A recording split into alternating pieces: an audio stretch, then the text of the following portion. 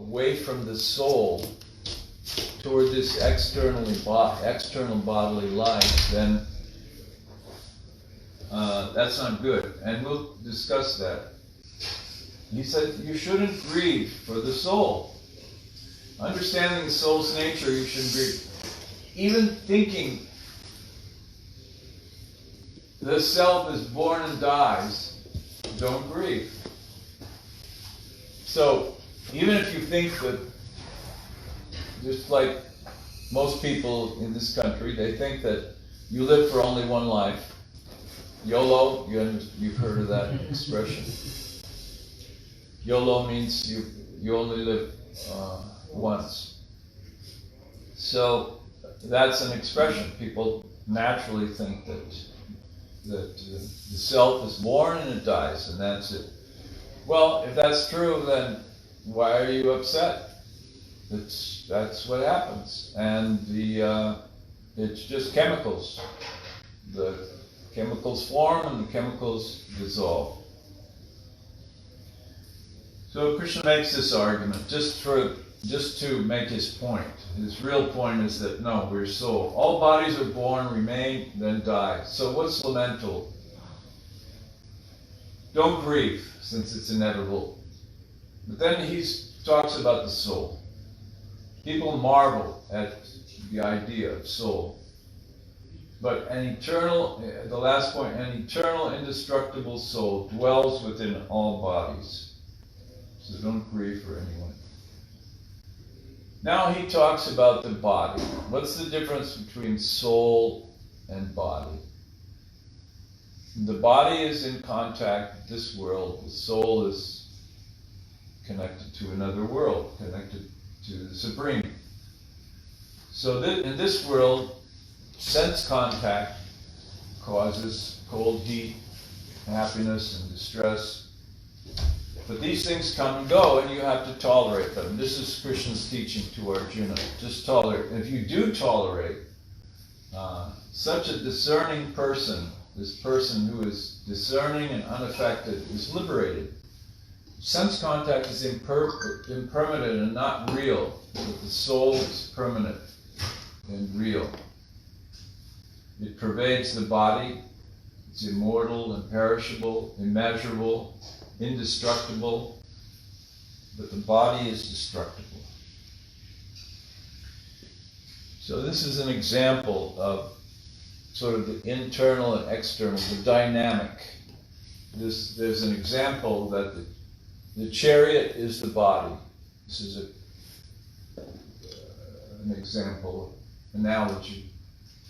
The horses represent the senses: tongue, eyes, ears, nose, and skin. You can see on the horses there's this medallion around each one. The one on the left has an eye, and then the nose, and then the ear. So each horse represents one of the senses. 5 senses. And the reins are the mind. And the one driving is the intelligence, or the power of discrimination. So in this case, the point of the analogy is that the horses are carrying away the chariot, and the soul, I guess you can't see it very well. The soul is, you can see it in mine. The soul is in the back. The soul is riding in the back. And the soul is being carried away by the senses. So these are our senses. And the senses are magnetically attracted to the sense objects. We want to see something pleasing. In the mind, according to this system of philosophy, it's a little different. When I say mind, when I say intelligence, there's a little different definition. So when I say intelligence, don't think about when you took your SATs or your GREs or something like this, or your IQ test. It's not that kind of intelligence. And when you think of mind, it's not getting this thing. And then if I don't want something, my mind rejects it. So, according to this philosophy, mind's function is basically accepting and rejecting, arranging for acquiring and rejecting. And then along with that, there's what's Prabhupada typically calls hankering and lamentation, or what I would call craving and grief. So hankering means that we crave something, and lamentation means we're sorry about losing it. So the driver is the intelligence or discrimination. So although buddhi is translated as intelligence, I prefer, it could also be discrimination or discernment. So it means that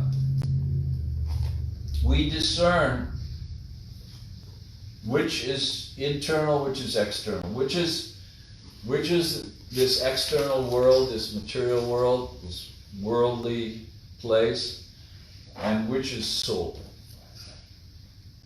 That's intelligence. So supposedly the soul is the highest. Intelligence should be subordinate to the soul, then mind, then senses. But in this world it's reversed. We're slaves to our bodies. And this Socrates in his school of philosophy said something very similar. So again, the soul doesn't die, it's not slain. So Krishna says, well, how can someone kill? The soul is indestructible. So he's urging Arjuna to fight in this battle.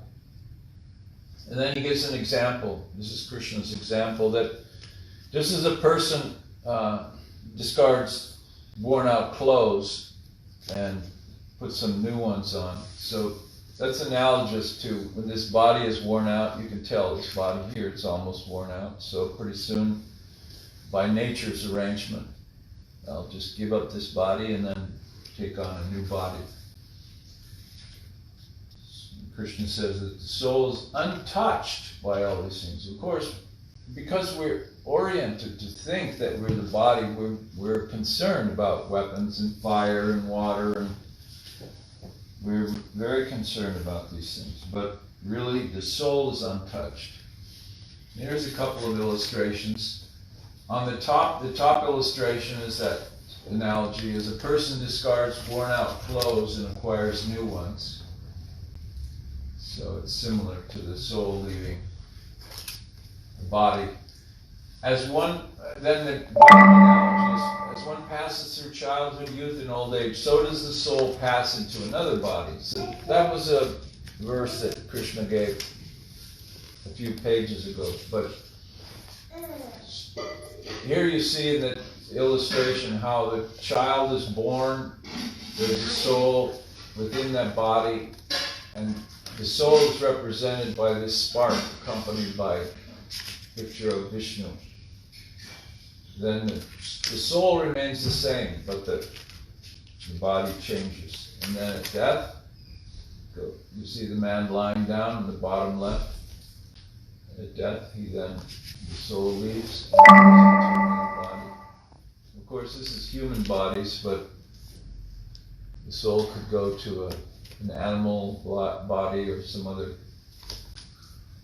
It's the same picture. Going through bodies again and again. Being born, dying. So this is a nice verse. I really like this verse. This is the analogy. As the embodied soul, this is Prabhupada's translation, as the embodied soul continually passes in this body from boyhood to youth to old age, the soul similarly passes into another body at death. But the self-realized soul is not bewildered by such a change. So just for fun, I've rearranged the synonyms. This is Dehinosmin yatha dehe kaumaram yovanam jara tatha dehantara praptir dhiras tatra namukyati. So I rearranged the synonyms. I like it in this order, actually. Yata, as, asmin, in this, dehe, body. The reason I rearranged it is because in the Sanskrit order is different from English word order. Sanskrit is like Hindi, where the verb comes at the end. So if I were going to tell you, I to the store went, it's a little awkward for us, but I to the store went. It's these languages like Persian and Hindi and other Indian languages, that's the form. But then in Sanskrit, it's even more confusing because they can put the words in any order they want for a verse, because this is verse form. Dehinos minyata dehe komaram. So there's eight syllables in each line, and they have certain long and short forms. It has to fit in a certain format. So I like to put them in the English word order. Yata, as, asmin, this, dehe, body, dehina, of the embodied soul, then it's understood, is often understood in these languages. There is kaumaram, yovanam, youth, and jara, old age. So, just as in this body of the embodied soul, there's boyhood, youth, and old age. But similarly, there is prapti, the acquisition, dehantra, of another body. So it's a little more concise than the English translation here, but you get the idea once the words are in English order. And then the last line is its own sentence. The dhira, the self-realized soul, namukyati, is not bewildered, tatra, in that case.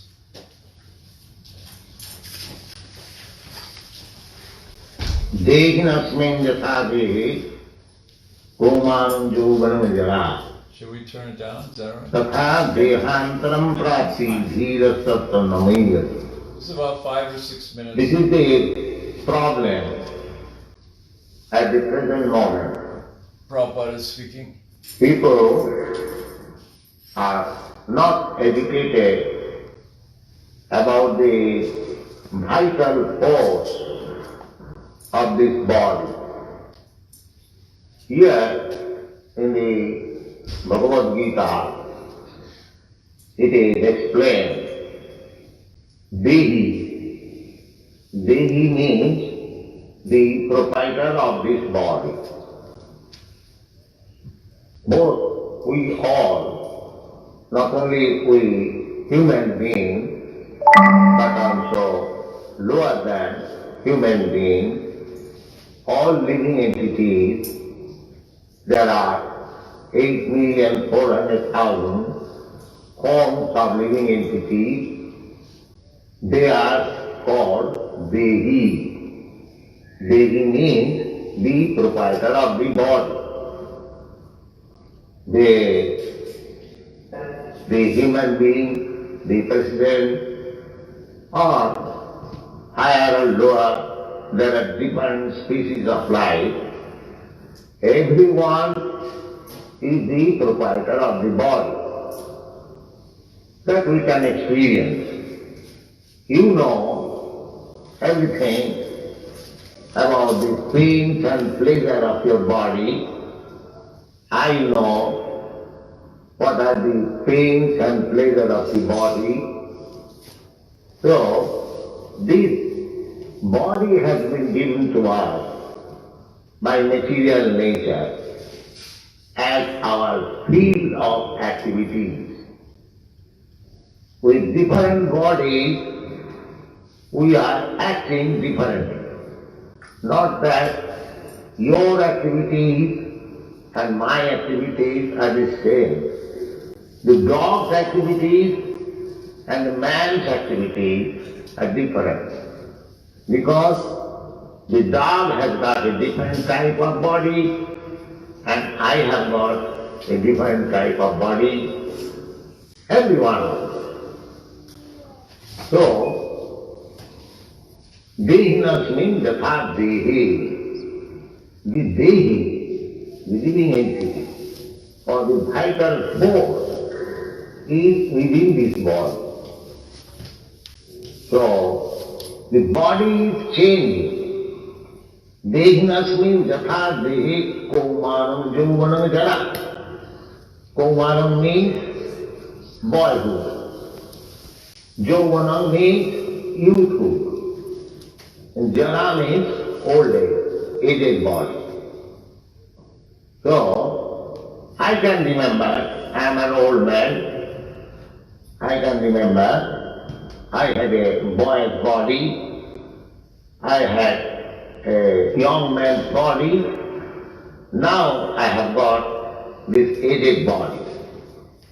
So although the boyhood body, the youthhood body are no longer existing, but I am existing. That's a fact. Everyone can understand. He has got past, present and future. You are all young boys and girls present here. So, you had your past body as boyhood, childhood. Similarly, you have got your future body. That is awaiting. I have got it, you are awaiting. So, past, future, past, present and future, relatively we can understand in any condition of life. Therefore, the conclusion is that when this aged body, as I have got now, I am 77 years old, so when this body will be finished, I will get another body, as I have got consecutively from childhood to boyhood, boyhood to youthhood, aged body, so why not next body? This is simple truth that the living entity of the soul is transmigrating from one body to another. This is the basic principle of spiritual understanding. The vital force of the body is the spirit soul. It is not a mechanical arrangement of matter.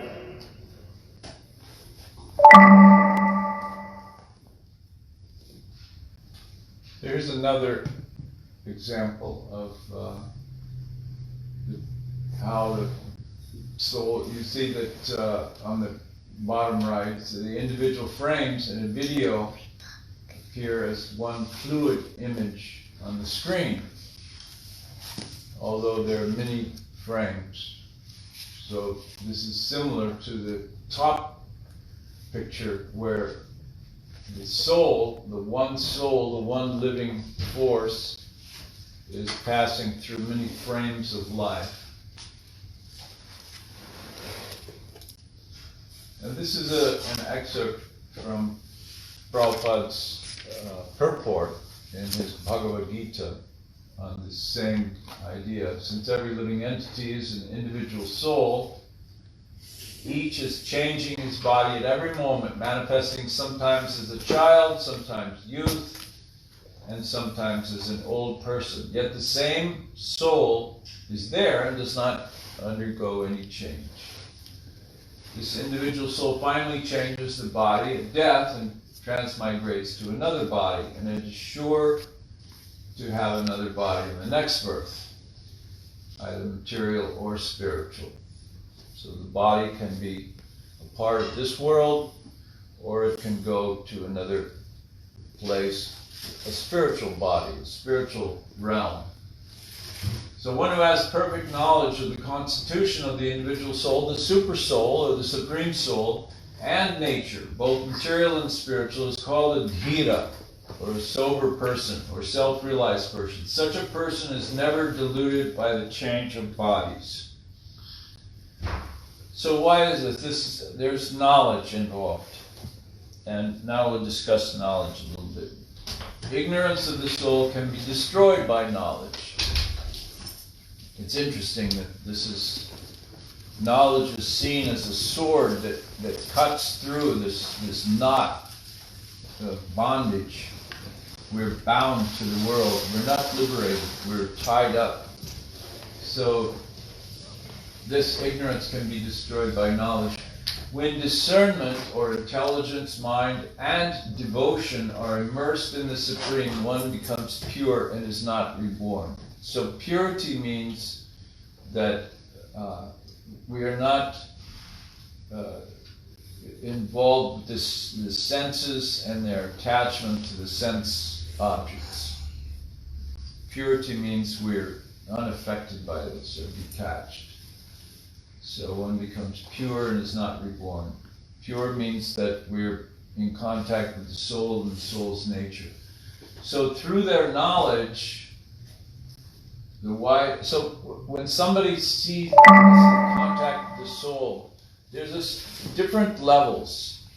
So one level, the bottom level, the most ignorant, is somebody's not aware of the soul at all. And they're just thinking only in terms of the body. That's the lowest. Then the next level is that one has this idea of soul, but yet that person sees separate bodies. You have soul, you have soul, you have soul. The top level is just to see the unity of all beings. So the wise see equally a learned, a gentle priest, cow, elephant, dog, and dog-eater.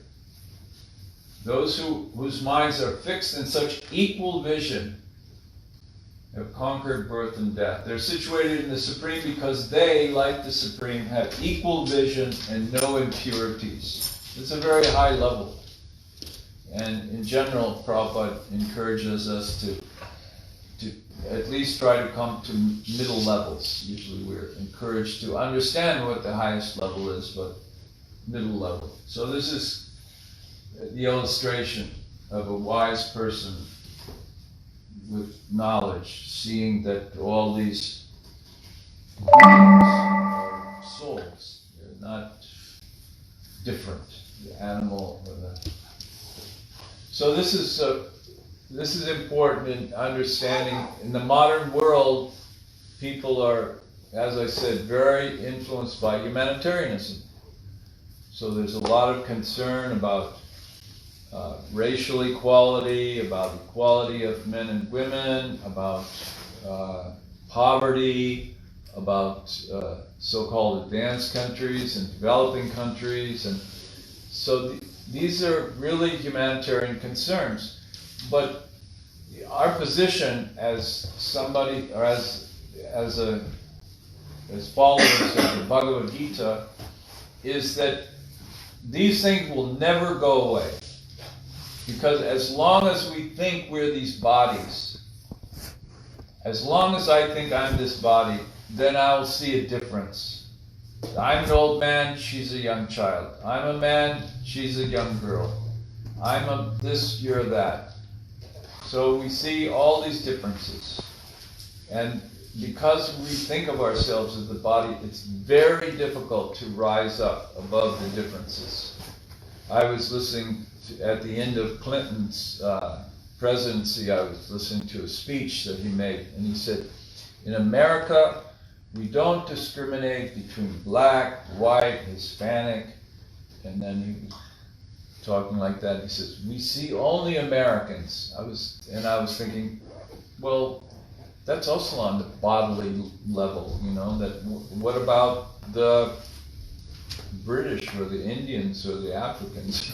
How is that really all that much different?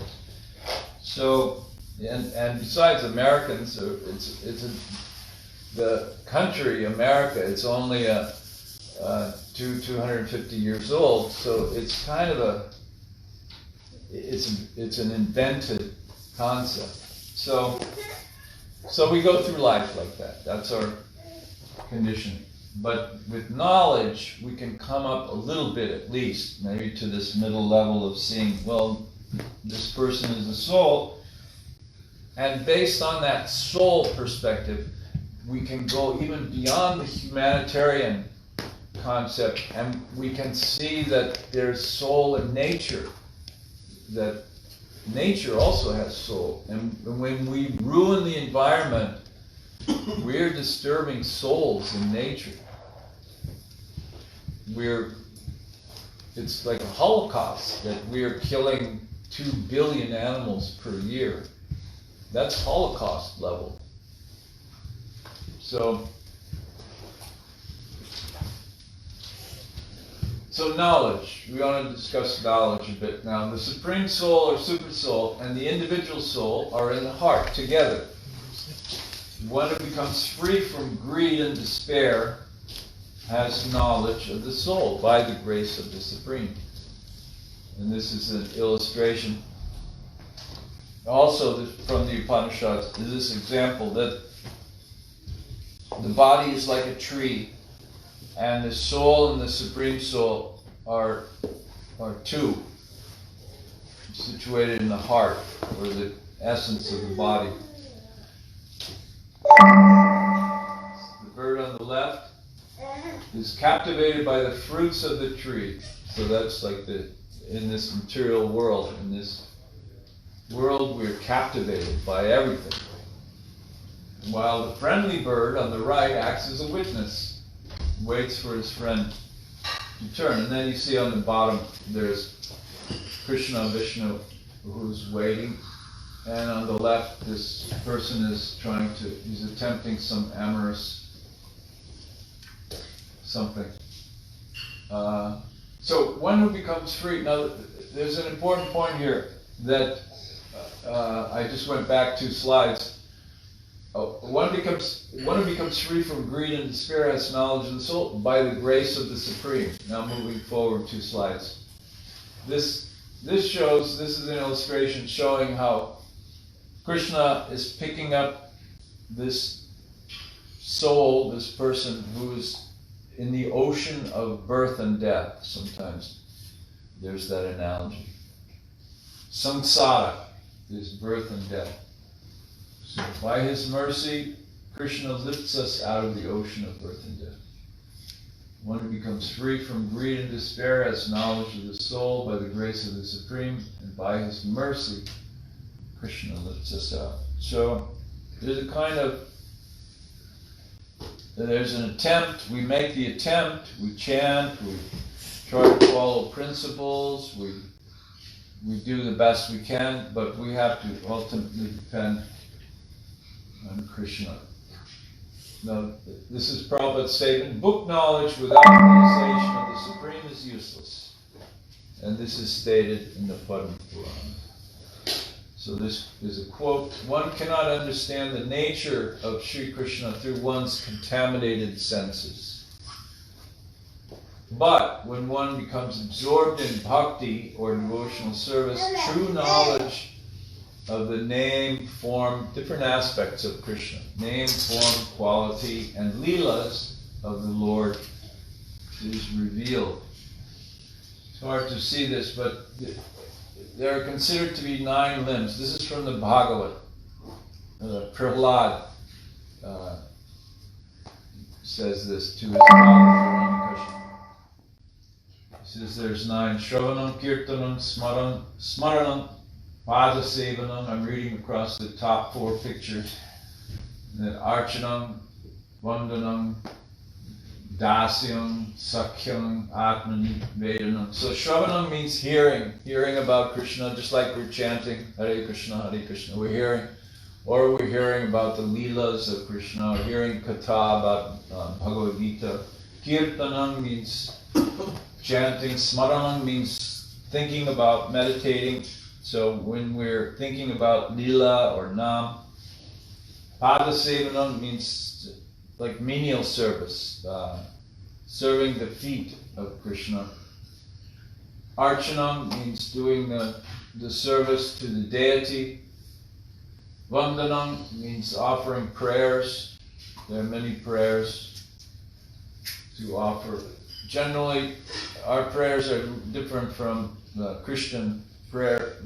Christians usually, it's often related to material things. Christians often pray for things. They want something from God. Every religion, not just Christians, but all religions, they pray for things. But the higher than those kinds of prayers are prayers in glorification or praise of Krishna. There's plenty of these. Dasyam. Dasa means servant or slave. So becoming a menial servant. The example there is Hanuman, the servant of Ram. Sakhyam is friend. So an example there you see in the picture is Arjun. Arjun was his friend of Krishna. And last one is Atma Nivedanam, giving everything to Krishna. So the definition of bhakti or devotional service, this is almost the end actually. What time is it? 2:05. The clock is very strange.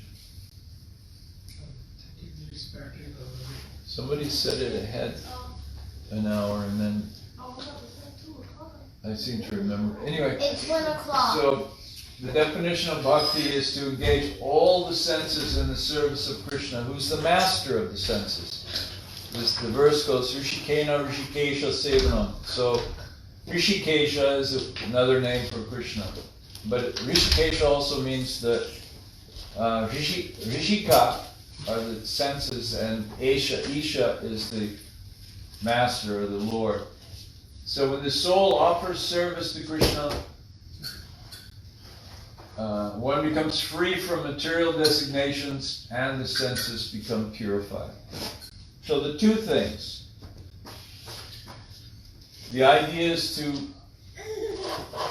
somehow get in contact with the soul, and the idea of the soul, the identity as soul. So this is done by offering service to the Supreme, by connecting with the Supreme. It's not some artificial mental, it's not like I try to go through life, I'm soul, I'm soul, I'm soul. I'm going to see myself as not this white old man, American. I'm going to see myself as the person of the world. I'm going to do this. It's not a mental adjustment. It's not even, as people say, well, if you're raised properly, then you'll have good manners towards other people. Even this, even if we come from a nice family and they tell us not to be, to make discriminations against other people, we still think we're the body. So there's always going to be something, in some case. We may be kind to men, may be kind to women, different races may be kind to each other, and still we're going to kill 2 billion animals. Still, that doesn't prevent us from destroying forests and having no regard for the trees, that we have no business with this kind of mass disrespect to souls that are equal to us, actually, in some sense. So when the soul offers service to Krishna, free from material designations. Well, this is a very high thing. This is coming from Narada Pancharattra. Sarvo padhi vinir muktam. That's the Sanskrit from which it is taken. Sarva means all. Upadhi. Upadhi means designation. And the senses nirmalam. Senses become purified. Again, I was saying that becomes purified, I mentioned previously, means that the senses are no longer contaminated by their association with the objects, so attracted, so magnetized toward the objects.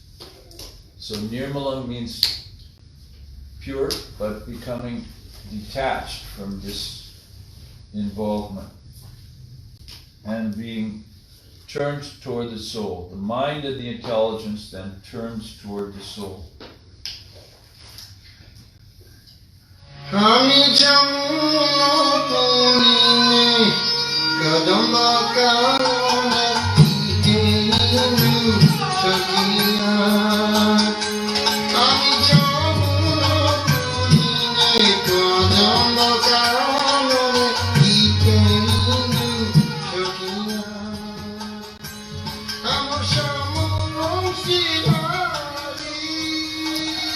Nice film. Can you see it okay? In the way?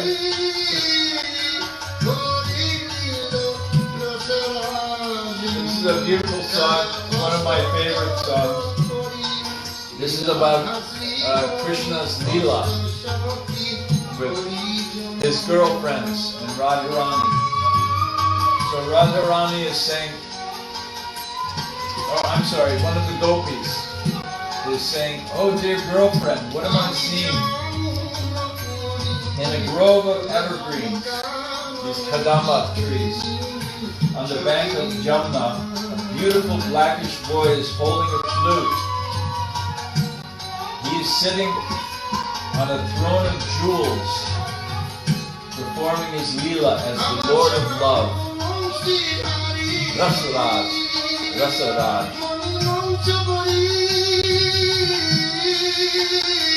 He's seated on an 8-petaled jeweled altar as Sri Radha and Sri Hari, surrounded by 8 gopis. There Krishna enacts his amorous leela. By dancing and singing sweet songs, the gopis entertain that divine couple.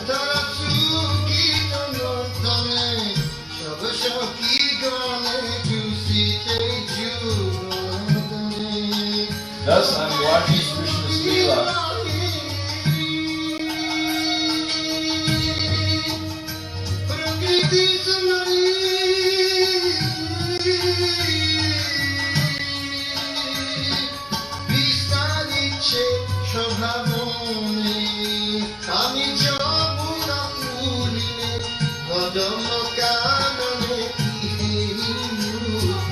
I'm captured by the love emanating from this leela, so I'm not going home. I'll just stay here in the forest.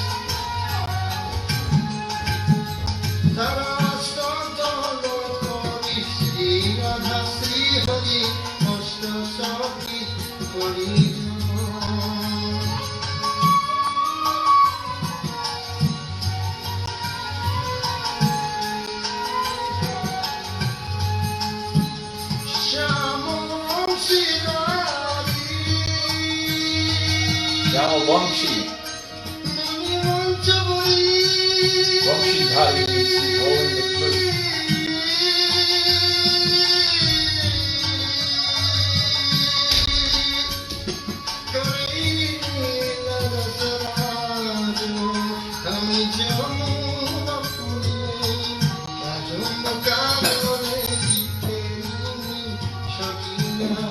This is in Bengali language.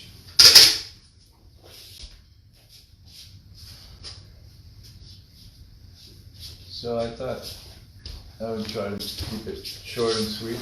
Any comments or questions about the soul?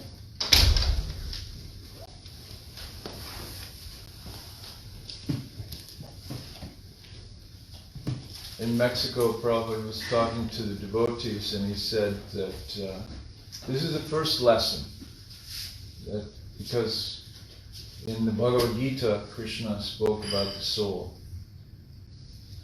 Sometimes when we present Krishna consciousness, we have so many ideas of how to do it, but this idea of talking about the soul is really unique.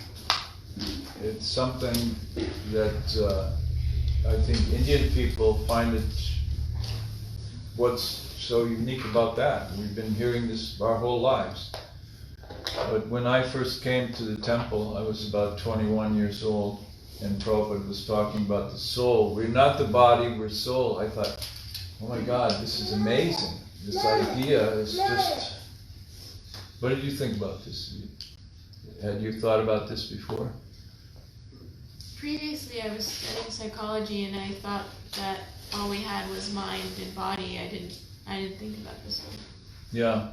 So it's really an interesting idea. So to present that is, from my own experience anyway, maybe not everybody has that experience, but I found it very intellectually stimulating concept. I thought, this is amazing. And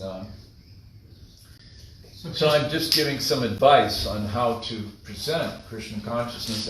And Prabhu, as I said, in Mexico, he gave this advice. He said, when you're preaching, why not start where Krishna started? In the second chapter of Bhagavad Gita, which is really where he begins his teaching. He said, why not you start from that point? You don't immediately say, oh, we chant this mantra, we do devotional service, we follow four regulative principles, we do all these things, we have a temple, we worship the deities in the temple. There's so many things that we could lead with, but this is a practical suggestion to lead with it. I'm soul, I'm not the body. So in Christianity, is there a concept of soul? So there is a concept in Christianity and Judaism, Islam. There's also a concept of soul, but the idea of I am soul, I'm not the body. Okay, so there is both soul and body, right? We are just soul. Sometimes it's mixed together, Okay. soul and body. It's not very clear. It depends on the tradition and depends on the interpretation. It's much clearer. Those who follow Bhagavad Gita or have the basic traditional Indian concept, it's a lot clearer. And the idea also within Christianity is that other beings do not have souls. Even though animals are alive, it's not considered that they have souls. As a matter of fact, one example is that when the Spanish came to the New World, when they came to South America, Mexico, Central and South America, they believed that the Indians, the local indigenous people, had no souls. And some Christians believed that the black slaves had no souls. So not all, but this idea is there within Christianity to kind of demean the other, what to speak of animals.